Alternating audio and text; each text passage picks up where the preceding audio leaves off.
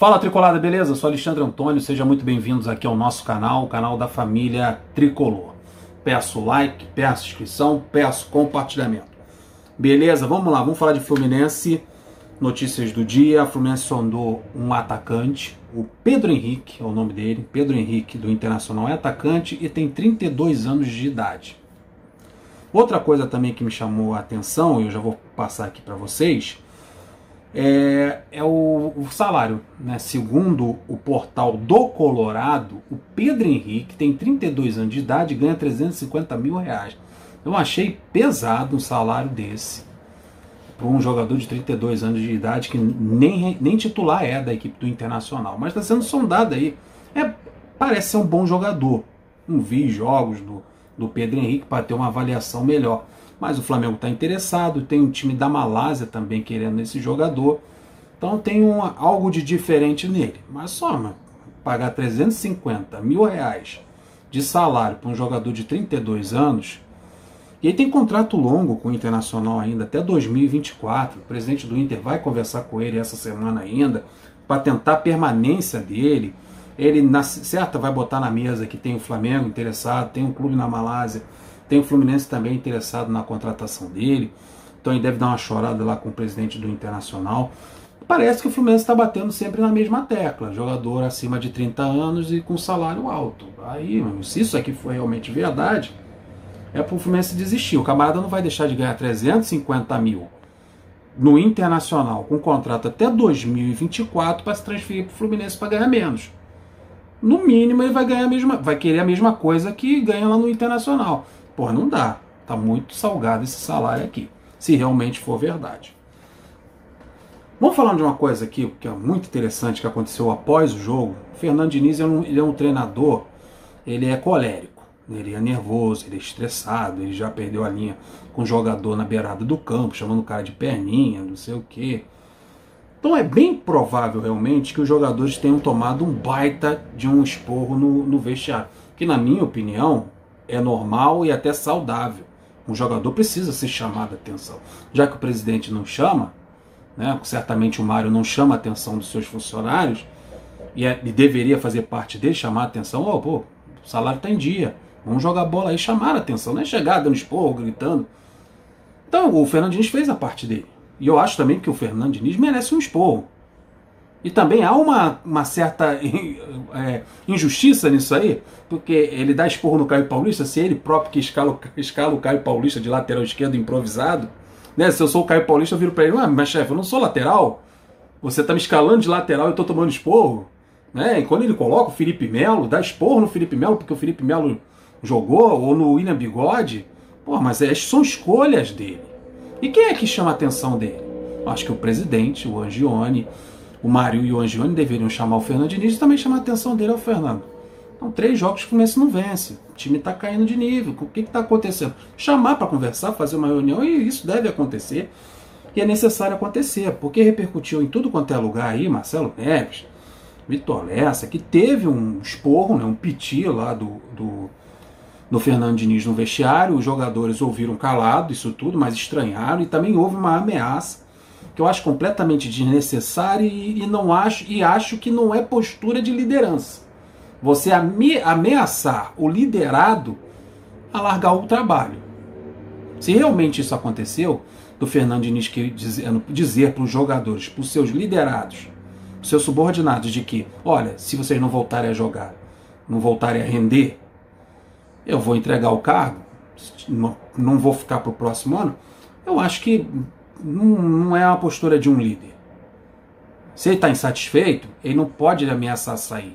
Ele tem que fazer as mudanças. Isso, para mim, o líder é esse. É chegar, fulano está afastado, fulano, ciclano vai treinar separado, fulano não vou relacionar mais, muda o time. Está insatisfeito, não está gostando, chega no vestiário, dá aquele belíssimo esporro que é saudável no futebol, eles estão acostumados com isso, principalmente os mais experientes, ao ouvir esporro de treinador, ouvir esporro da torcida, né, Fábio? O torcedor precisa se manifestar, chamar de times sem vergonha, vaiar, isso faz parte do futebol. Um camarada com 40 e tantos anos, 35 anos, 38, não sabe disso, jogou em clubes grandes com uma pressão muito, mas muito maior do que no Fluminense. Pô, de cara ser parado no estacionamento, ter carro depredado, quebrado. Pô, no Fluminense tá tranquilo, mãozinho na chupeta, o cara tá incomodado com o time sem vergonha, vai ao time, não é por aí.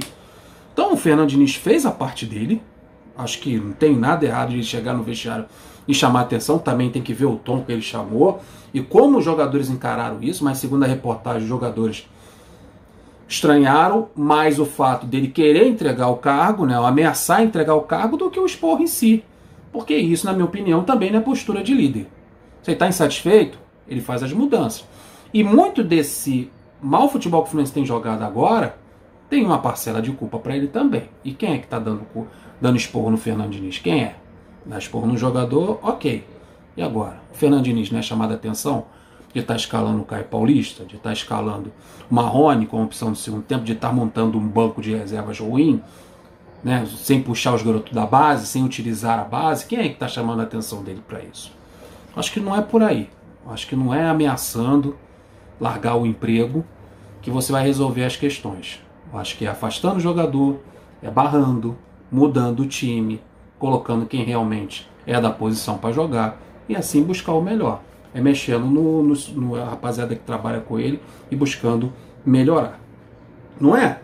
Essa é a minha opinião. Outro assunto muito importante, julgamento realizado nesta segunda-feira, pelo STJD, claro, vai sempre ferrar o Fluminense. STJD tem muito flamenguista, né? O Manuel foi punido com 2 jogos de suspensão, mano.